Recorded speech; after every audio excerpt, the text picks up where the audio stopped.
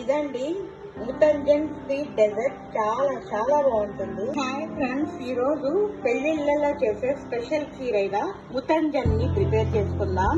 దానికోసంగా basmati rice ని నైటే ఒక 1/2 kg నానబెట్టేసుకోవాలి. ఒక 3 లీటర్ల పాలు తీసుకోవాలి. ముందుగా పాలని మరిగించుకోవాలి. పాలు మరుగుతున్నాయి. నానబెట్టుకున్న బాస్మతి రైస్ ని వేసేసుకోవాలి.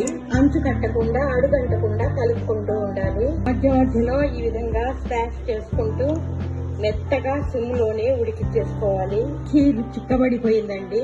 ఇప్పుడు ఇలాచీ పౌడర్ వేసేసుకోవాలి. మిల్క్ మేడ్ వేసేసుకోవాలి. ఇది 400 గ్రామ్స్ అండి.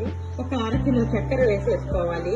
ఒక 1/2 కిలో జీడిపప్పుని నేతిలో వేయించి వేసేసుకోవాలి. ఇది లైట్ స్వీట్ గా ఉంటుందండి. స్వీట్ ఇంకా కావాలంటే వేసుకోవచ్చు. ఇదండి ముతంజన్ ఖీర్. చాలా చాలా